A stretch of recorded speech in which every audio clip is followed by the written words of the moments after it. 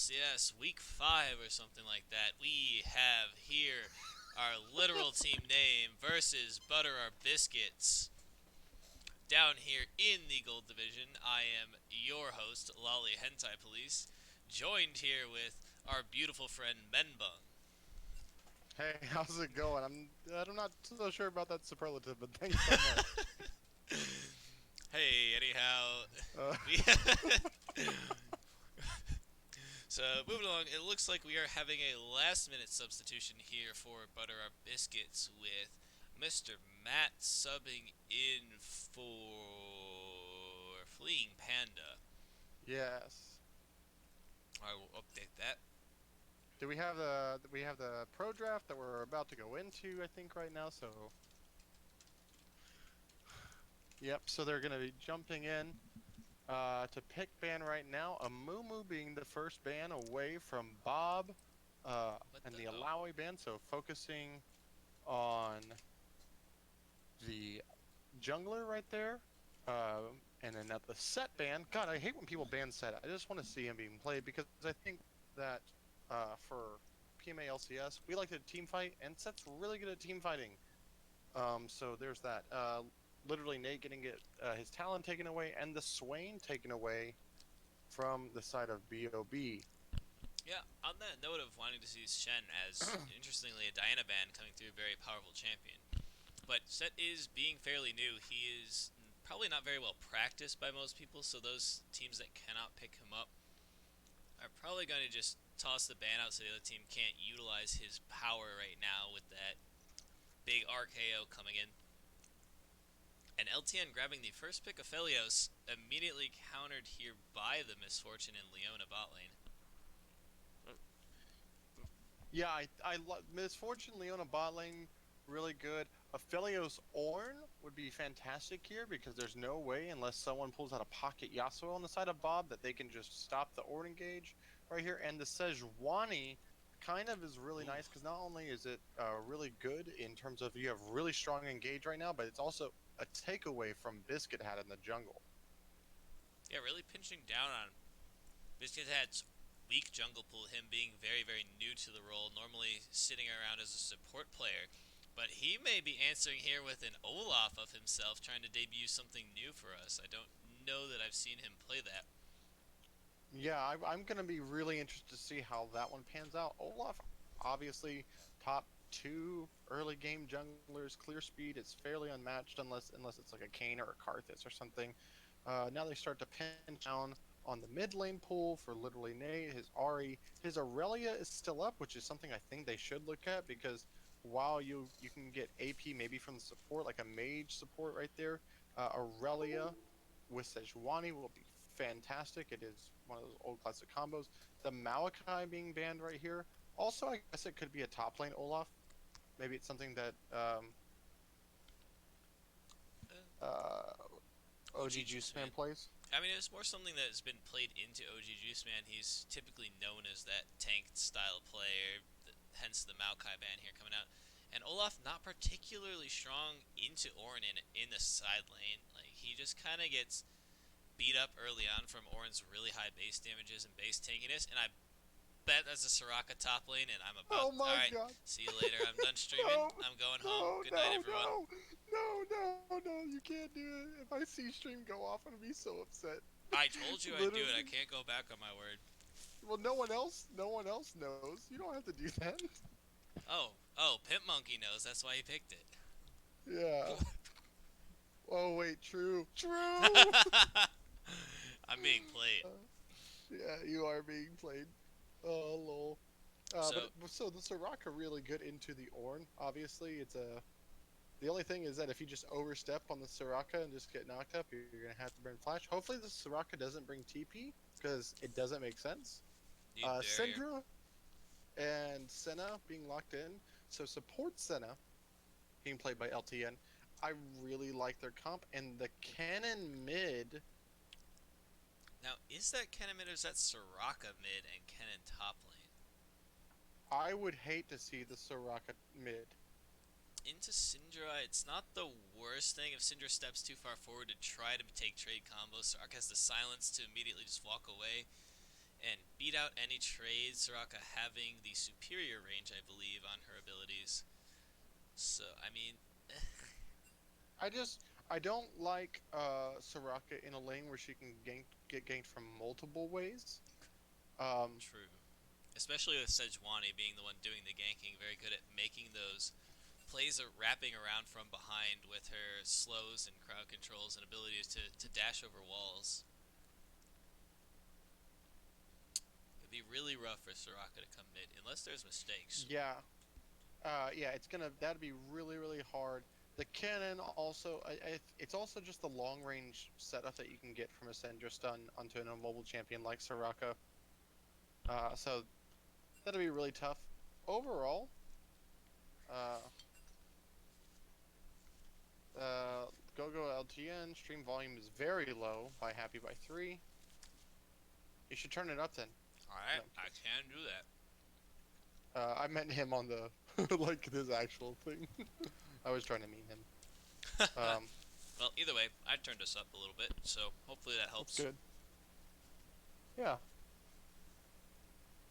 The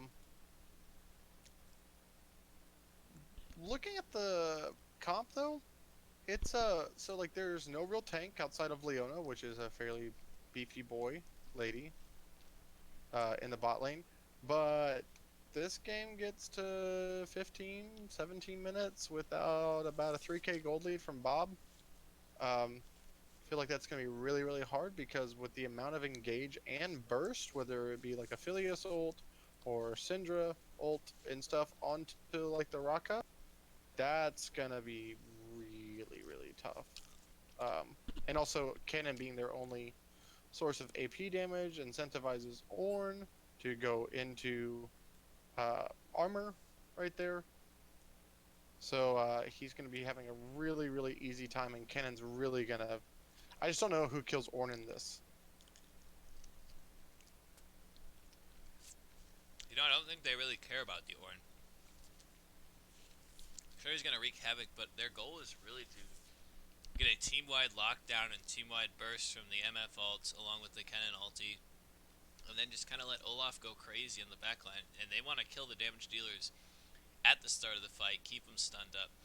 A lot of stuns here on the side of Butter Our Biscuits, and they just really want to play the long game and just burst the carries and then kite back on those tanks in the end. So I don't know if they need a tank with this team I comp, but it's definitely a lot harder to pull off without exceptional flanks and awareness and mechanics here. Yeah, and I guess it'll be different for us with Biscuit going jungle Olaf because we've seen him on the Amumu and the Sejuani. I think he understands his role decently well on those. Um, but with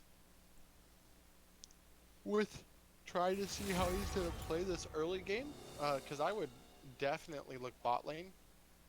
It is your easiest form of CC setup. Um, Also, both carries minus Senna when she has her miss. You know, that's a little bit annoying, but they're both immobile. And then you can take that, and then if Kennen somehow ever gets priority in mid, which I don't know how he would do that, or unless they like blow flash on Syndra or something, yada. Never pick a fight Their you team can't fights win. in the river will be really good. So Yeah, I'm still really stuck on trying to figure out who's going to be going what role here. To be honest, because they do have that subs in for Fleeing Panda of Mr. Matt. Mr. Matt being a support player rather than the ability to mid lane like Fleeing Panda does normally.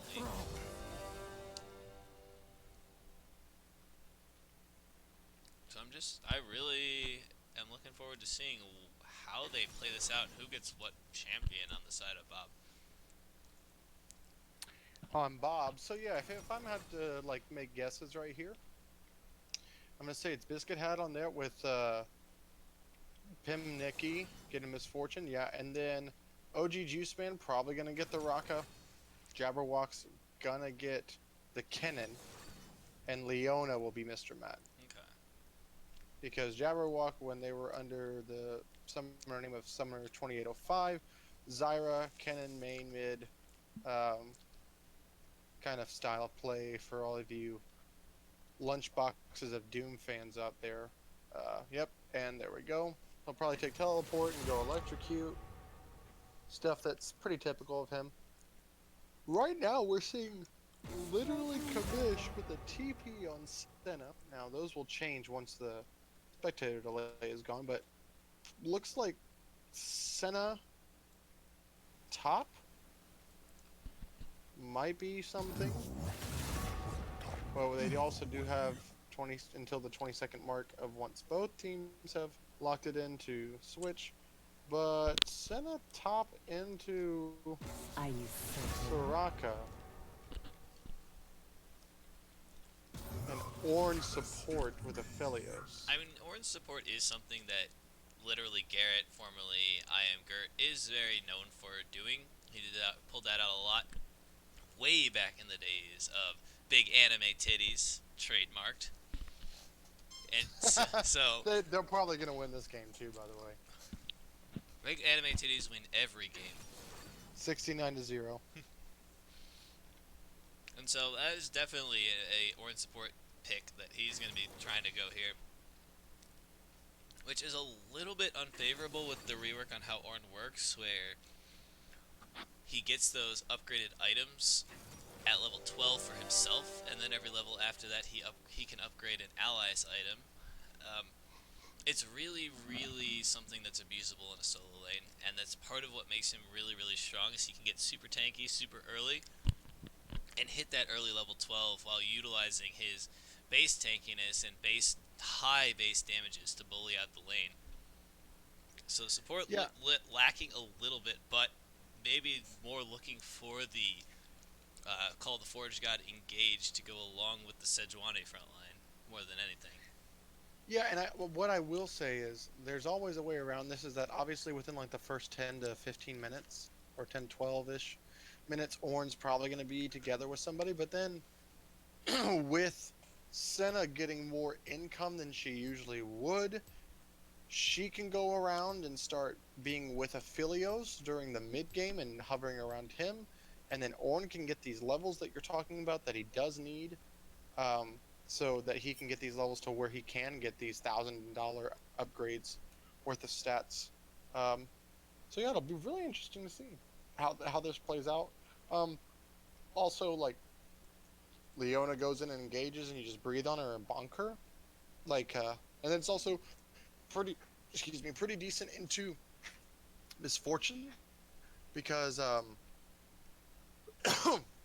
she's a low immobile carry, and if the Graviton comes out from Aphelios and you can layer that CC down, there's a lot of damage to be done, as top lane tanks know how much fun it is dealing with Ornn. Squishies hate it even more. So Yeah, and on top of that, even more fun if you do get that brittle applied to her and then the Graviton root comes down. That's an extended root duration there. It's even more toxic than it normally is, because it's a pretty long point and click route as it is. yeah, we'll be interested to see if these players can make it all happen. So for all y'all in chat, let us know who you think's gonna win, LTN win or BOB win.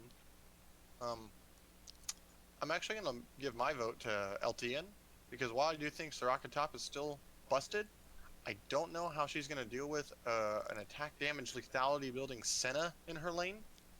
Because if she comes back with like a serrated Dirk, and Raka's just kind of playing the passive lane, and they get a lot of kills there, it'll suck until Raka just becomes the champion that she is again. But that's kind of where I'm going with that. Yeah, I mean, especially Senna seems like a really great answer to the Soraka, especially with Sejuani wrapping around the backside here. They have the advantage of that Tribush top side, where Sejuani can wrap around behind Soraka. If Soraka steps past that oval-shaped wall up at the top at any given point, she's in a very vulnerable position to ganks. And the setup from Senna into Sejuani, especially if Senna has that Glacial Augment, which we expect to see as being one of her strongest keystones. I would love to see that rather than the Dark Harvest. Which Soraka will just be dead every time Sejuani shows up. Yeah, because against these low mobility, or even like, so outside of like the Olaf and the Kennen has the E, the Olaf has the ult, but like Leona goes in and if she can't get out or you blow up someone and just gets kited down by a glacial augment. Same thing with Misfortune and Soraka. That'd be really annoying. Hoping for the correct rune choice there as well. Excuse me. But we do see that Raka did take TP, and literally Nate takes Ignite while Kennen takes TP, so there will always be a TP advantage if you want to call it that, since it is Raka. I mean, yeah, this Soraka really needed to be taking Barrier or possibly Cleanse to try to survive the laning phase and pull those kind of surprise outplays up top if on a botch dive and try to eke out whatever edge she can get for as far as gold comes. And then just be sitting on the back line harder to kill. The teleport really is... I mean, I want to say it's... I'll say it's useless. What the hell is going on? Oh, hold on. What? My thing is wigging out because I added another... It's really... Oh, yeah. It's trying to show Final Fantasy, and I'm not sure why. I'm going to go turn the Final Fantasy off and see if that did not change anything. I am... Huh.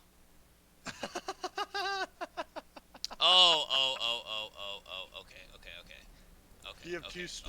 two like scenes running at the same time? No, it's what the hell? I'll pause at 10. Okay, I'll unpause at 15 while I figure this out. Alright, I'll pause it. Because OBS is wigging out for absolutely no reason. I am just gonna go turn off Final Fantasy. I think that's the answer here. Or Elliot in chat. My eyes! Alright. So, that should pretty much fix everything. Alright. Well, I'm at 15 seconds. I will go back to 10 to catch up to No, I'm at 15. I'm at 15. Alright, well, I'm back at 15 again. Alright, tell me. Are you ready? All Ready? 3, 2, 1, go. Alrighty. So, here we are. After Yeah, that, let's go. that was a little painful. Thought I was having a stroke for a minute from Symphony and John. Yeah, sorry for any of you out there who have epilepsy. We're really apologizing right now. That was not intentional. That was an OBS bug for sure. Yeah. So, it will be interesting to see where both of these junglers go. I will say that both of these junglers are really good at doing full clears. Now, obviously, Biscuit Hat's Olaf is a lot faster. So obviously, both of them taking the Talisman is the correct choice here. I am interested to see what sides of the map they prioritize. I think if I'm Olaf, I want to start on the top side of the map. And then what I can do is a 3-camp clear there, and then recall, and then go with bot. Because I'm not playing to my Soraka whatsoever, nor do I need to, really. And there's no reason to be doing this. Soraka's not going to have any helpfulness. Senna's just going to be able to disengage too easily. Before Olaf hits 6, she'll just drop the root and float on away with her stealth. But I like this from literally Mike. Starting top side, he's going to try to be down to influence bot lane early. Assuming the top will probably push in early for the setup before the bounce can happen. And so he'll try to have that influence around the dragon as dragon start to set up. As we see trading back and forth here, OG Juiceman coming out way worse for the wear as literally Kamish gets some huge damage across, pulls the soul out, and asserts dominance in that top lane. Yeah, something I just thought about too. This is going to be such an easy lane to harvest souls off of for Senna. Now I know that the new way that her souls will be dropped is totally different, but the souls that you can get off of the champion, a whole lot easier. You're not going to have any harassment really that's like kill threat worthy from OG Juiceman, and boom, right there, boop, it procs, and this is huge. Now, what I would say is that if you knew that this was going to happen from literally Kamish, that'd be this giant wave stacking, because As we do see Olaf looking top. Yeah, he's trying to get that as Literally Commish had the early push. Literally Commish does have the ward available to him, so he will spot the gank out as now here comes Biscuit Hat. And nothing happened because directing camera didn't even think it was worthwhile.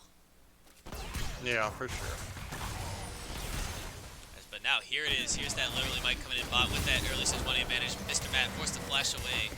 And nothing much happens besides the flash and heal burned from Bob's bot lane. As now Literally Commission's in. There's the root. There's the stealth. He's going to try to get out. Silence comes down for some damage. The axes are hit. The Undertow's coming out. Biscuit Hat's trying to deal damage. He's on Literally Commission. Literally Commission gets a huge healing off. And Biscuit Hat is going to survive and take himself first blood at the edge of tower range. Yeah, okay, well, so kind of making something happen that probably shouldn't have happened. I do think that if literally Commish would have just kept on walking, he was safe, but maybe thought, hey, I can get a return kill here. Still and has that flash could have worked available out. too, so huge misstep from Literally Commish there. You cannot die for first blood with flash available when you could have easily gotten out.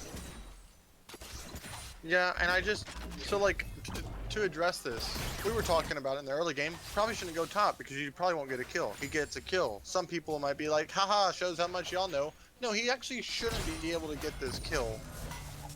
And the fact that you could have gotten out without burning flash kind of proves that.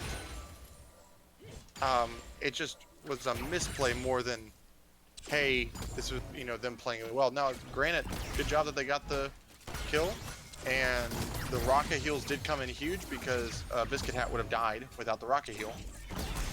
So.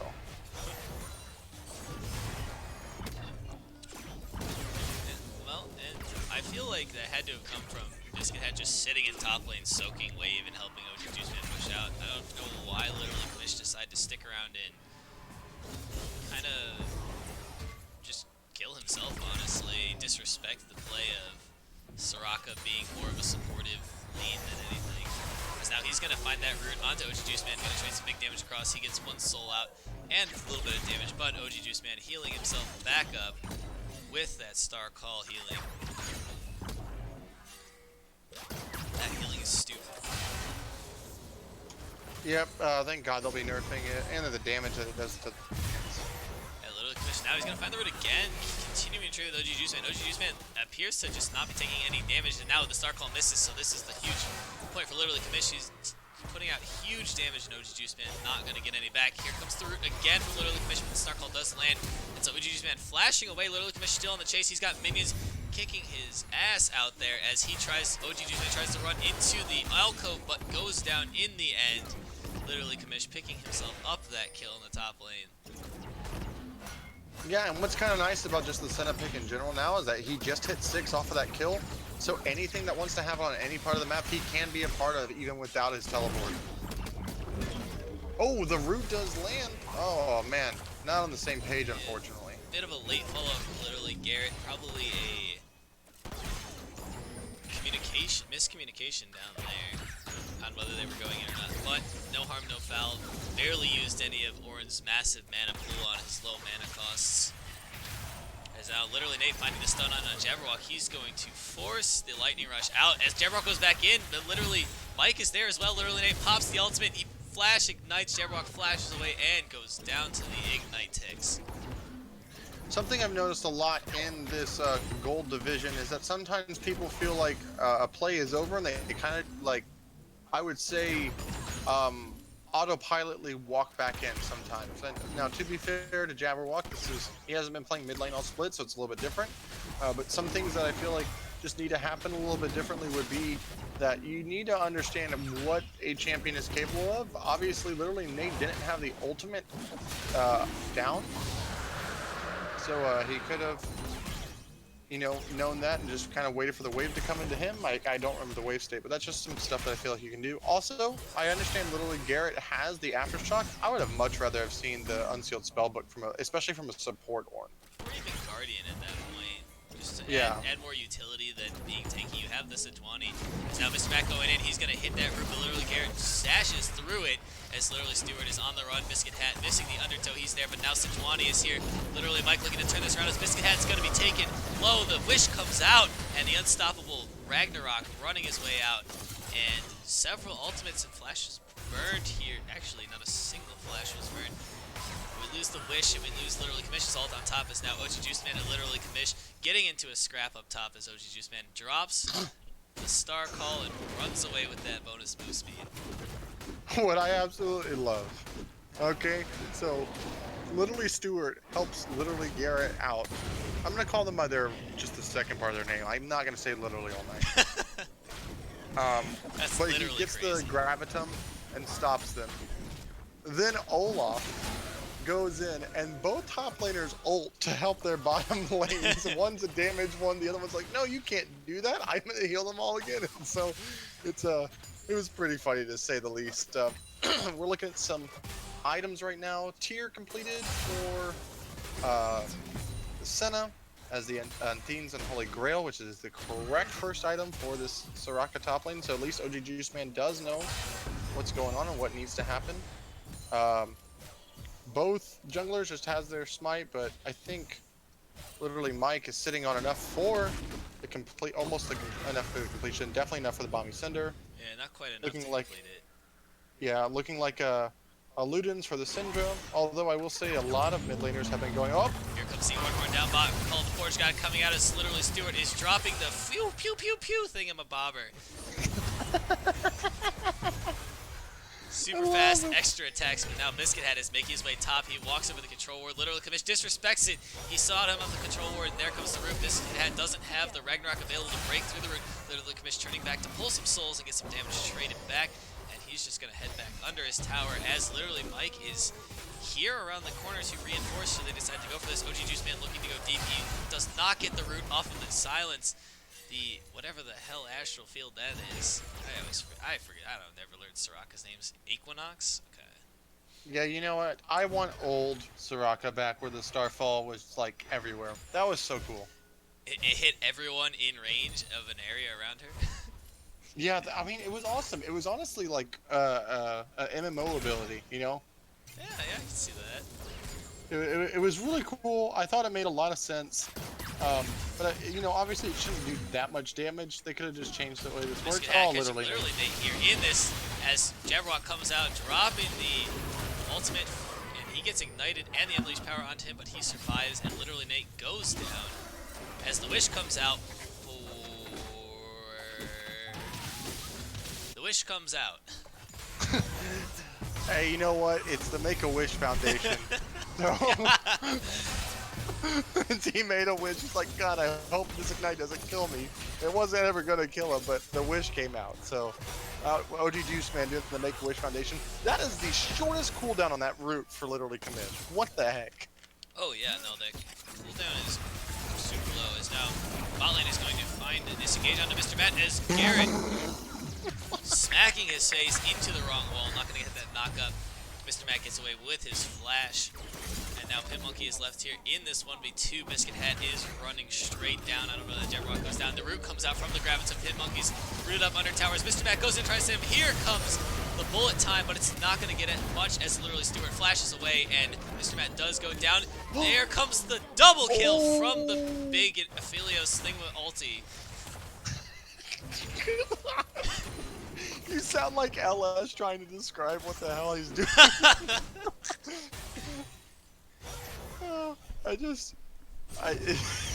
The big thing in my ulti.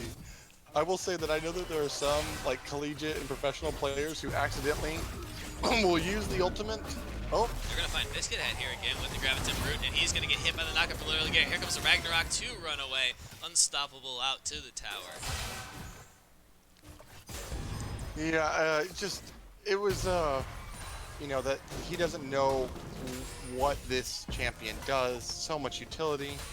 Meanwhile, though, overall, 2 kills for literally Stewart. Also, I want to just commend whomever did the pick ban for LTN. 2 of my biggest complaints about teams who have been going up against Bob is that they haven't focused down Biscuit Literally, Hat. Garrett, he's going to get caught out here as the Sejuani ultimate comes out, but the it went wide. I didn't really see anyone get stunned by that. Here comes Jabberwock. Huge cannon ultimate coming in the back as he flashes in. Literally, Stewart gonna get away really, really low. Biscuit flashing for the undertow. Misses. Literally, Commission's here though from the teleport to the Dragon Pit as he roots up Mr. Matt. Mr. Matt goes down. Blue team double kill for LTN as Bob is on the run now. That is a 2-for-1 in the favor of Literal Team Name. The wish was up, I believe, for that, or yeah, it was up for right at the end. But man, literally Nate basically saving that fight. Literally coming in at the very last second to help clean up. But that 3-man stun scatter the weak from literally Nate was absolutely huge because Jabberwock, as you said, had a huge cannon ultimate on the back line, forcing the flash out of, I believe, literally Mike right there, the Sejuani, but literally Garrett just buying a bunch of time right here as Biscuit Hat's looking.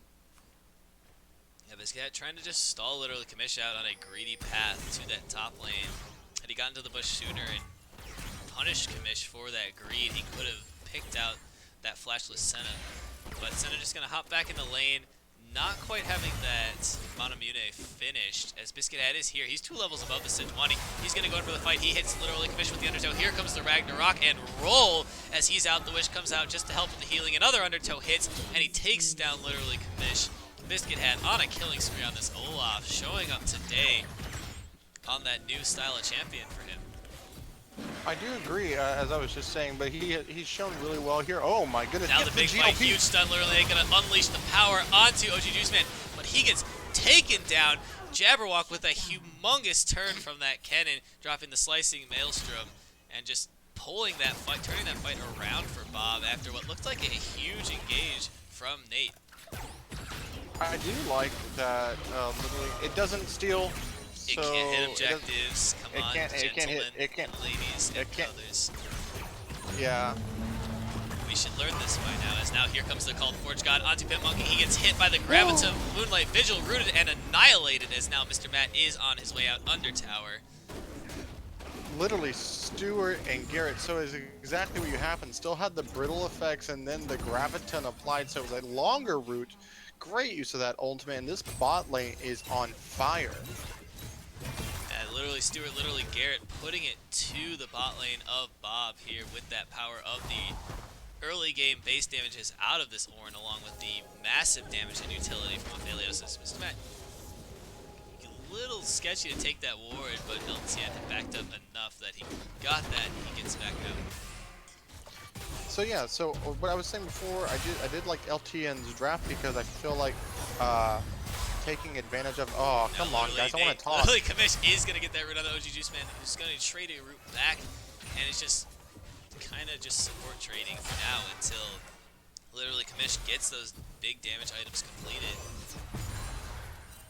He stacks again. Now roots again. Roots on top of roots. As literally Kamish gonna go in. He's gonna take OG Juiceman very low. He gets the star call move speed, and he is just gone. I'm kind of interested by the Swifty boots.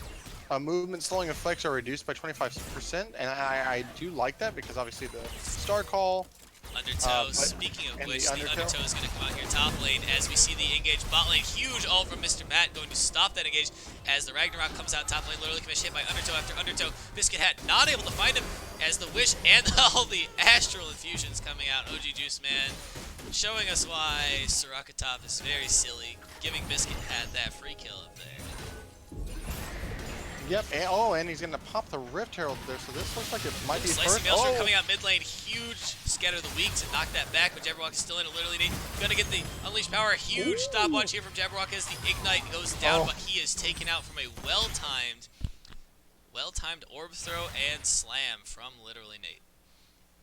Yep, I do like it. They do get the top tower in the lane. Oh, now, what?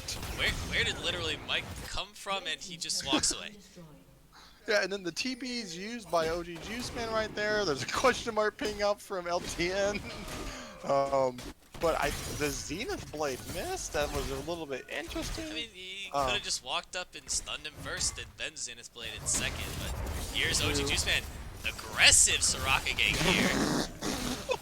As Garrett just dashes away.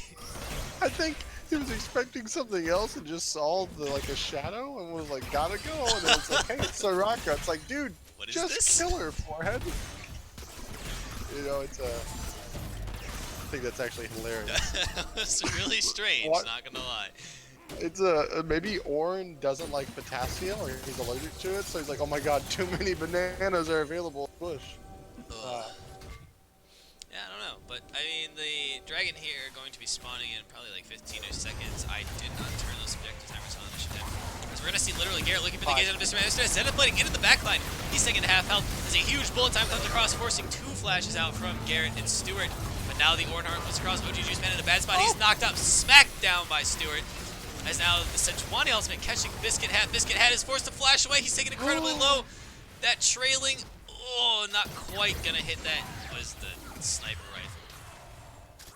Yeah, and that's actually huge. Mr. Matt getting really low as well. So the 2 members of Bob very, very low, but the jungler, literally Mike, very healthy right now. Could just take this Drake. It will be a Mountain Soul, which is huge for the side with the 2 tanks. Because if they build any resistances, it's just going to make it to where flat penetration does absolutely nothing. Meanwhile, literally Kamish did invest his ultimate down here in the bot lane as Garrett is just playing keep away with the Olaf, who does not have any reason to try to show up in here. Yeah, no He flash, don't have no the ultimate. Ragnarok. Yeah, so I'm glad to see a little bit of restraint right there. I also do like. Yeah, can you get the objective timers on the screen? I was going to do that, then I forgot why. Oh yeah, they started fighting, so I totally forgot. Yeah. Yeah. But what I will say is that it's I'm gonna finish my point and then talk about stuff in the future. That they focused Biscuit Hat's champion pool and they didn't allow Pimp Nicky or Pimp Monkey, whatever. Yeah. To have his Aphelios. So I think that was just something I've always been complaining about. I think the answers from Bob were adequate, but I also just think the play from the players has been better. Pimp My Monkey, says Neil the Steel. Of course. Yeah, MTV's new series. Do they even do stuff on MTV anymore? I don't know. I don't know. I've given up on that station. But like, so like, Olaf, one, I'm really, really happy with the way that Joe has played. Even though I think that his investment would have been better served in the bot lane, he has gotten Soraka, air quote, ahead. And mainly himself, though, which is huge for the Olaf. Olaf wants to be ahead. Went the Warrior Enchantment, which I'm so glad to see. Some people still do like to go the Cinder Hulk sometimes, just because it's the one that has the most, agency in the later parts of the game. But you really want this, especially if he's going to be on that backline and trying to take down this 4-0-1 Aphelios, who has 600 gold bounty currently right now. I mean, as long as the Aphelios doesn't have that Severin to just pump ridiculous healing into himself, it should be feasible for them to get him out of that fight and kill him. Yeah, especially because it won't matter. Now, the only thing I can think about is that the Infernum would happen. And look what just happened right here. Garrett alone as the Ornn in the bot lane with Kamish coming. So yeah, he needs to level up one more time to get the rank 2, and then one more time after that start upgrading these items. Which I don't think the only one that he could upgrade right now would actually be the Paradox.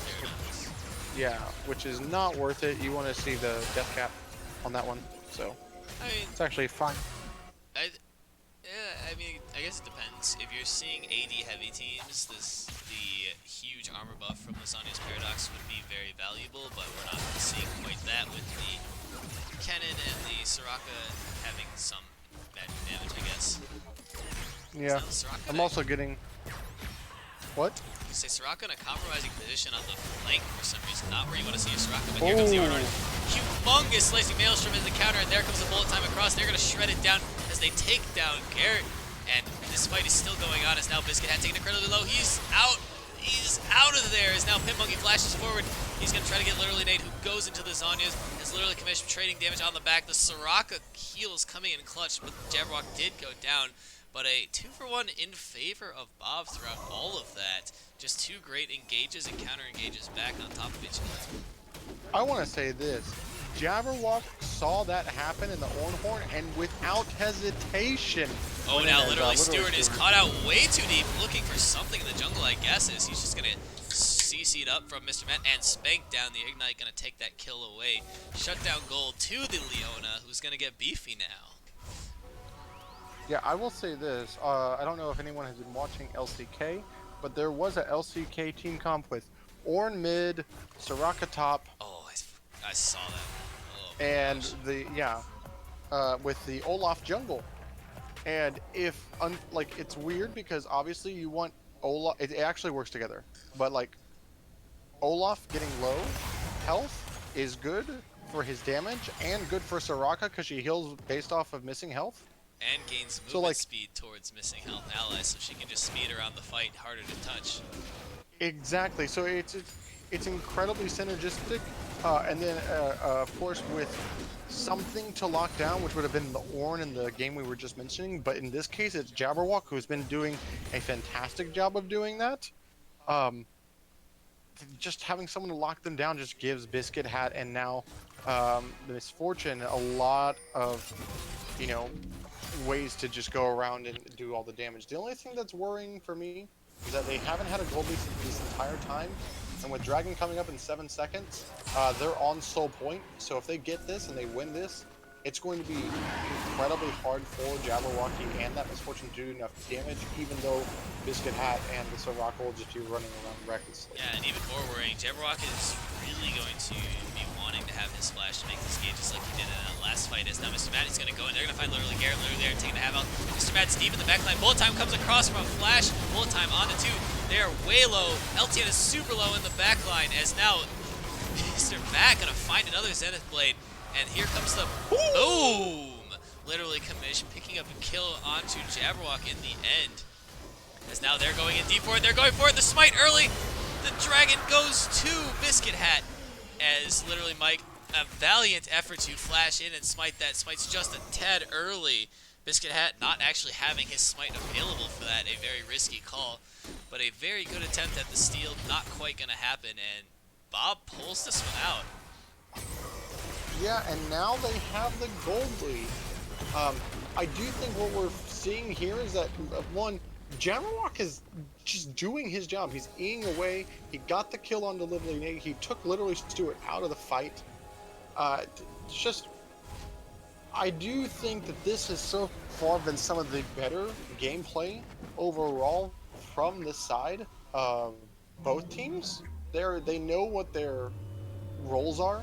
And the only thing I'll have to say is that Biscuit Hat, if you're watching this VOD, never play a Mumu or Sejuani again if you can play Olaf like this. I don't know if it's because he feels like he's...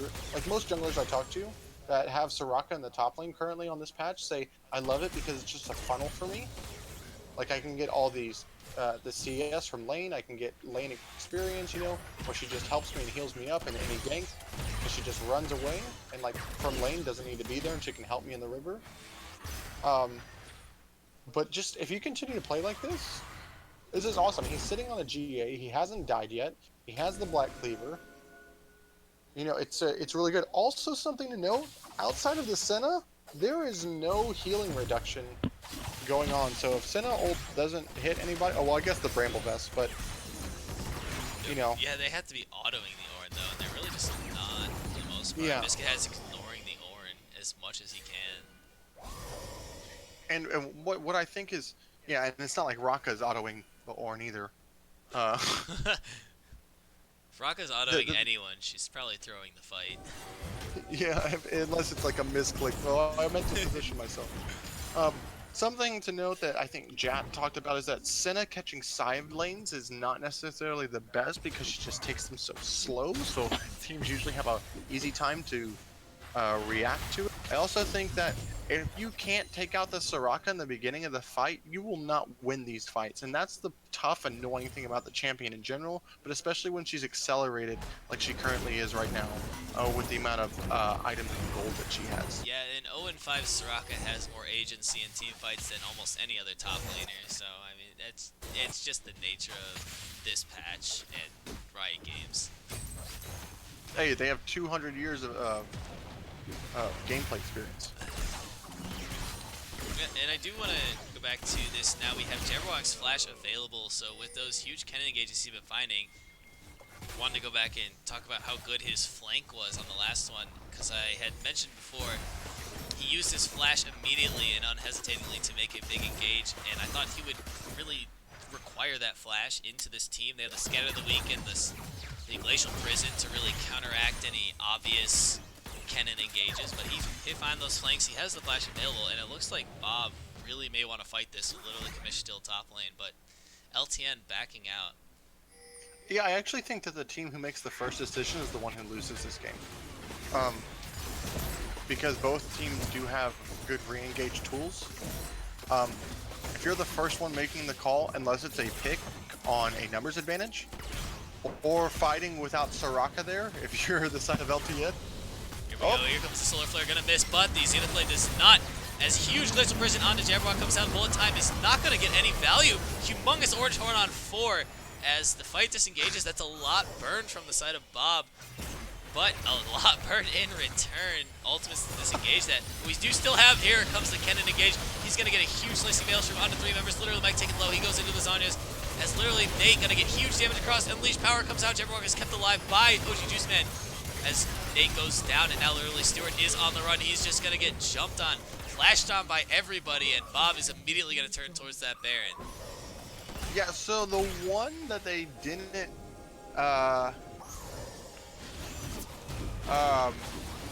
use was that one ult you were talking about, which was the Jabberwock slicing maelstrom. Humongous burst coming out, literally just gonna annihilate OG Juice Man. He's gonna try to make things happen, but Pimp Monkey is going to turn around and just auto him. As now Garrett just going a little too deep on his own. They're staggering themselves in. Literally Commish is flashless now, and he goes in. Jabberwock gonna try to get the stun off. He goes down to that final auto from literally Commish, and now he stops the Baron after that. But this dragon is up, and Bob is low and forced to recall. Can LTN respawn? We see red team on the way pings and blue team on the way pings.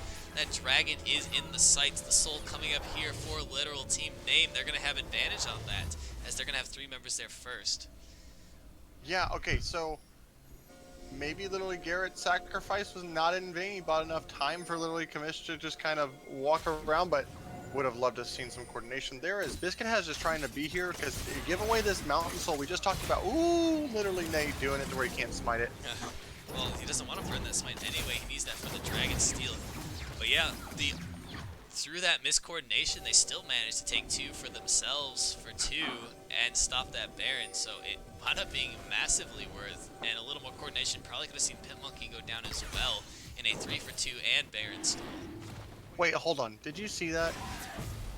The double up from the dragon hit the enemy control ward in the back. That doesn't sound right. Yeah, it did. Trust me. Watch the VOD. That was hilarious. Right. Oh no! We're gonna see huge Jabberwock trying to get in. The slicing maelstrom is gonna get knocked away from the Scatter of the Weak. As now here comes the 101 damage. Dragon at 1. Mr. Mac goes in. Red team picks up Dragon, and now huge bullet time gonna come across, deal huge damage to Mike and Garrett. As now Mr. Mac flashing away. Mr. Mac going back in. Literally Garrett goes down. Pimp Monkey and Jabberwock are scattering them apart from damage on different angles. As literally Commish on the way out. Huge Zonias from Jabberwock. Literally Commish will go down in the end to Mr. Matt for the ace. As Bob is going to walk themselves into Baron, it seems. As I said before, which was a great play from Bob, if you can't kill the Juice Man, juicing everybody up with these heals, it's not going to work. Also, I'm not sure, I'm not going to question, but like they used 2 or 3 ultimates on the unstoppable Olaf. Yeah, I believe they did. Yeah, it could have been better used, my lads. But now they have Baron and Drake right now, so you know there's no tier 2 towers available, so this will definitely, the idea is to definitely crack the inhib here for the side of Bob. Now the GA is down for Biscuit Hat, but he still has not died, and he is 100% kill participation on this Olaf, Yeah, as he should be. coming up massively, just picking up kills from, just force-fed kills from his Soraka up in that top lane, and just rolling it through other lanes, playing really smart, seeming to get caught out early, but just running away and disengaging from fights and playing selfish Olaf, which is how you carry the game on Olaf jungle. I will say the boot choice from Literally Stewart a bit concerning. While Olaf is on top of you and stuff like that, your main thing is to try to get out of the CC that's layered. So if you're gonna do that, your next item has to be QSS. So it'll be interesting to see. I mean, he should just honestly have pick himself up some of those Swifty boots and lower that undertow efficiency if he's gonna go for a defensive boots. Yeah, I just I'm no literally commissions. Literally commissions off on the side. He's gonna take my, one. that was one Instead of on double up, I believe. But here comes the the Warlord. engage comes out. Looks like they're gonna catch quite a lot of damage coming out as the bullet time just to zone. Not gonna get any damage as Jabberwock is in. He's gonna take literally Nate. Literally Nate goes into Zanya's as now Stewart is stunned up on the back line and Olaf is unstoppable. Olaf is running them down. Jabberwock's in there trying to get the unleashed power. Comes out, not quite enough. A huge root comes down. Jabberwock is one. He goes down to Mike as Mike trades himself away. Literally Nate getting close low. The undertow from downtown gonna take him away as they run down literally commission. Biscuit Hat is still running free. So much damage and just so unable to take down that Olaf. LTN is just scattered apart. Okay, so I'm having a really hard time with this game just because it's like Olaf will never die anymore if you can't kill the Soraka. So the KDA is like really cool to talk about now, but there's no way in heck that you get to kill this guy if you can't kill Soraka. So if you take engages where Soraka is there and you don't kill her, you lose.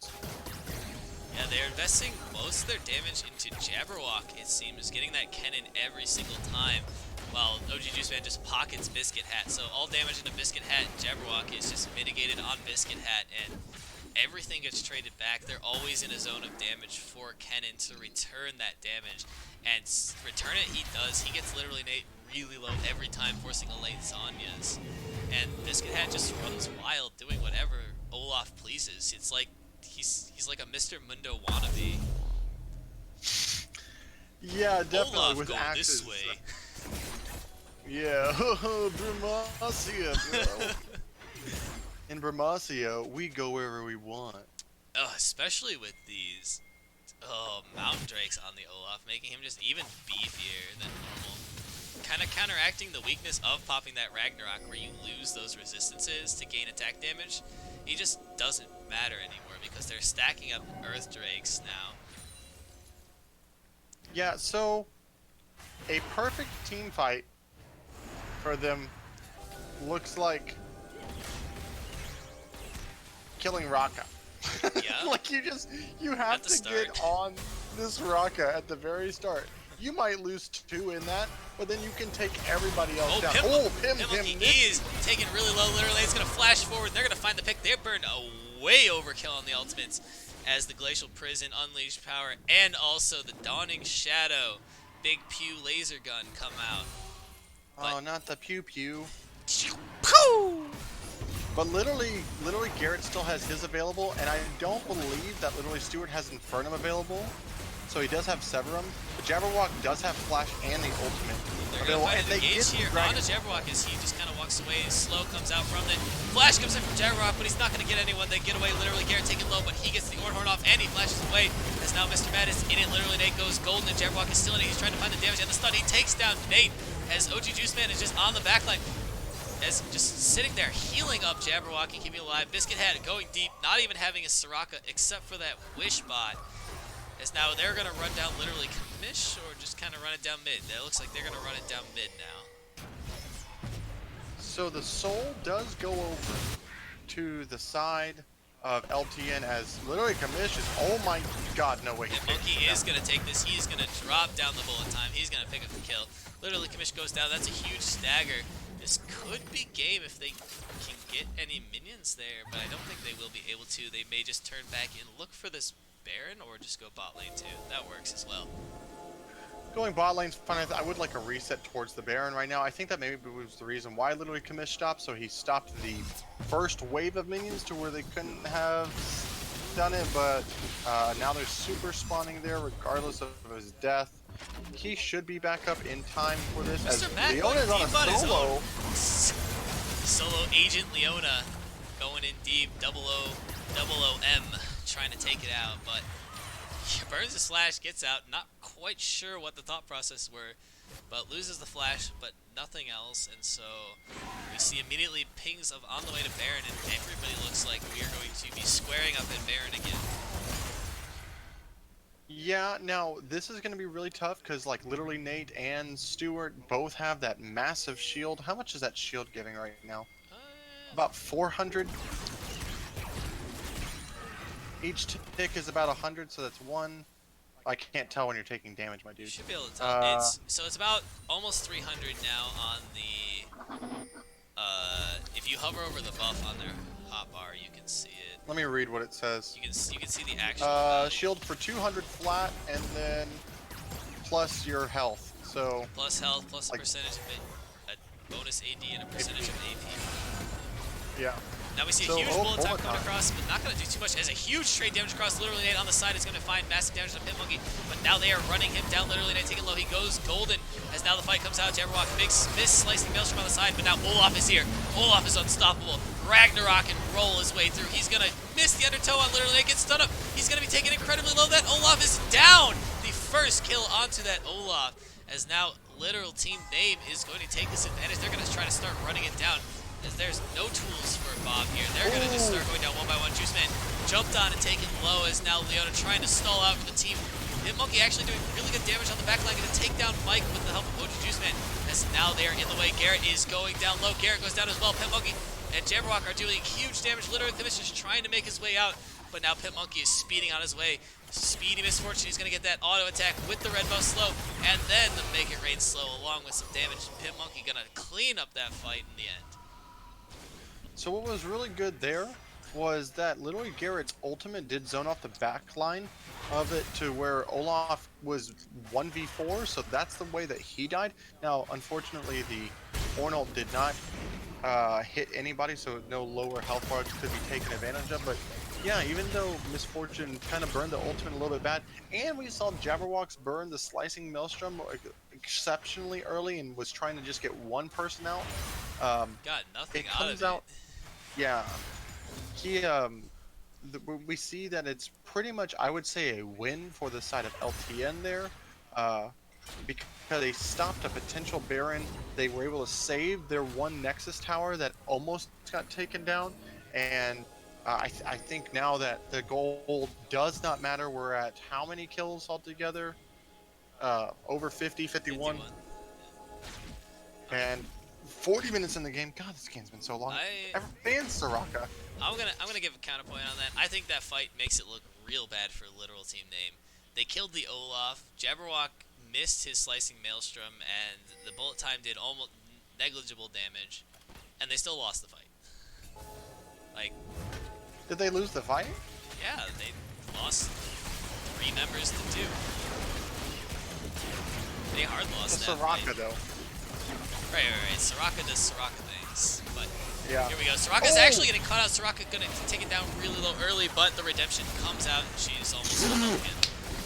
Okay. That Spirit Visage on top of the redemption. Because now Soraka's taking the Baron, but Mike is looking in. He's going to get jumped out by Mr. Matt. Huge damage from Pit Monkey. The bullet time coming across, not going to quite get that damage that they need, but it's going to apply good zoning as literally Commission's on the side. They're trying to break open different angles for damage. As Pew comes through, misses everybody. Now the Ornhorn come out. The Ornhorn is going to miss, and Garrett is in a bad spot. But Jabberwock taking low. He goes into the gold, but OG Juiceman is down. OG Juiceman is down, but Olaf is still unstoppable. He takes down with the help of Jabberwock, goes down.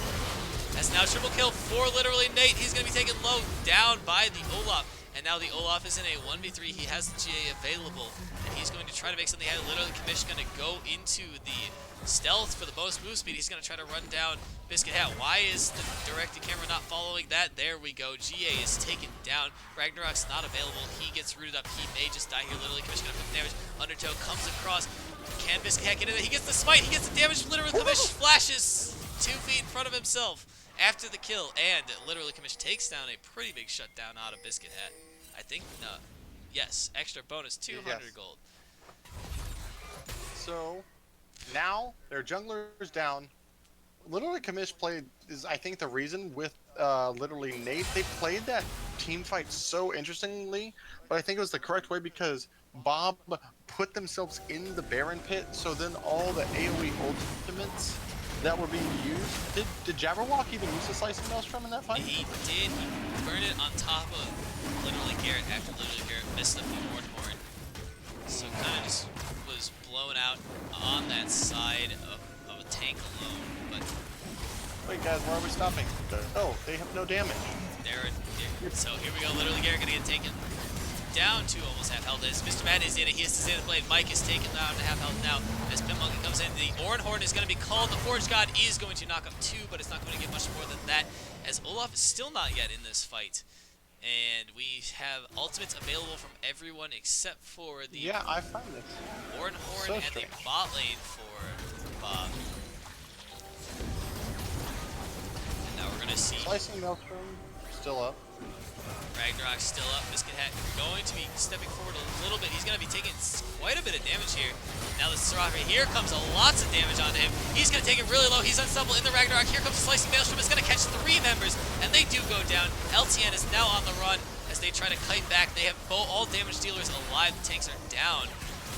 As now Pimp Monkey going to try to find damage. He gets hit by the Scatter of the Weak, stunned up. Lily Commish going for it, but slowed by the Undertow. And we'll just see a disengage here as everybody walks away from the dragon. Yeah, but meanwhile on top lane, back at the Hall of Justice, they're gonna take a free tower because of the minions. Minion tower as now Biscuit Hat in a bad spot. He's gonna get slowed up. He has no Ragnarok to get out of this. But that was such a wild fight, taking down 2 for 1 in favor of Bob, but it didn't seem like they could still get the advantage. Low health bars on their way out as they just ran away in the end. But now they could use this man advantage if they get Pimp Monkey and OG Juice Man down there to have a 4-man at Baron, or at the Elder Dragon, excuse me. Yeah, and all that really needs to happen is if they kill Raka. I don't know what more I need to say. I know it's easier said than done, but they're focusing down like these tanks when Raka is within striking distance, and I honestly think it's just a incorrect call. I guess one thing you could do if you wanted to be LTN is your wave is going to be pushing into them in the top lane, so you could send literally Kamish, who does have TP, and then call someone there like the Raka, and then they could probably win the team without you or the Raka. They have OG Juice Man caught out, taking low. The Wish and the Flash come out as the Jabberwock cancels his own AD carries bullet time, but now here comes the Horn from behind. He's going to smack that across 4 members, get knocked up, and now here comes the engage from LTN. They're going to take Jabberwock low. Here comes a huge shield, but he goes down, but to literally Stewart, and now they are on the fight. Literally Garrett messing up the dash, not going to get a knockup, but here he comes. OG Juice Man taken down from the Unleashed Power as literally Stewart is taken low from Pimp Monkey, and Pimp Monkey going down in the end. Literal team name going to be taking this huge fight. Just run it down top. You've won the game. But here they will take Elder Dragon to try to secure that victory. Yeah, I don't know if they're going to do it and run it down top. It would only be literally Kamish who could TP there. It seems like it's probably going to be them going to get the double Uber buff with the Baron as well. Biscuit Hat can go in there and steal. We'll have the GA up in time probably by the time that they want to go contest Baron. I mean, looks like they're going to go take care of their side lanes. I think if you're going for that steal, you don't want the GA up, quite honestly. You just want to die, get your team the Baron buff, assuming you get the steal, and hope they can hold 4v5 with that Baron empowered minions. And then have the GA for when you respawn. But I don't know that we'll get that choice here. We'll find out if he contests. Let's talk about. They do this incredibly fast. Why are you hitting the ward? Don't hit the ward. Alright, so Baron down to half health. Biscuit Hat is on his way though. It's at 4k. Can he get in there? He's just not going to even bother. Baron goes down late on the show. And this is a double Uber buff. Literal team name. Ready to run it down and win the game. Now Literal Commish is gonna find Pimp Monkey, but he's gonna take it low. He goes incredibly low. He's gonna get some healing, but the Elder Drum is gonna get a kill here. As now Literal Stewart goes down, but the Elder buff's coming out. Oh my god, fire the lasers! And it looks like Little Team Name losing one of their AD carries still has another one in reserve for that very reason. And it looks like they should be able to run it down, taking 3 members. This should be game 1 going over to Literal Team Name. I want to point out the Literally Commission almost has 150 souls on this. This game has gone on too long. I agree. So we're going to see the last-ditch effort with Juice Man caught out. They're just going to turn and burn him. He goes down. Biscuit Hat, what can you do? Run back to the fountain, preserve that KDA. Game 1, Literal Team Name. So, So, my prediction was right, but the game was going to last forever. No, the LTN will win, but I do think there was some misplays by Bob, but there is a lot of good that they did. Obviously, Raka, pick banworthy, yeah, maybe more banworthy than pick. Please don't let us see it again. As I make a straw poll, as you continue to talk about Yeah, everything. and so it ultimately came, well, so quick few words before we pop out to split the VOD, but a game, why are you doing this game? Why, okay, well, whatever. So a very good early game there from LTN, securing them an early lead and quite a handful of dragons. But a massive mid-game teamfighting setup from Bob to try to swing this game around, and in the end, a couple missteps, couple blown ultimates, and LTN was able to take back over the game using that initial dragon advantage to secure the dragon's soul, and then find a good fight and get that elder buff and take the game. So well played to everybody. My thoughts on MVP. I don't have the slightest clue. That game was just kind of a mess. We'll think about it. We'll cut the VOD for purposes here, and then we'll be right back and talk more about MVP and Game 2.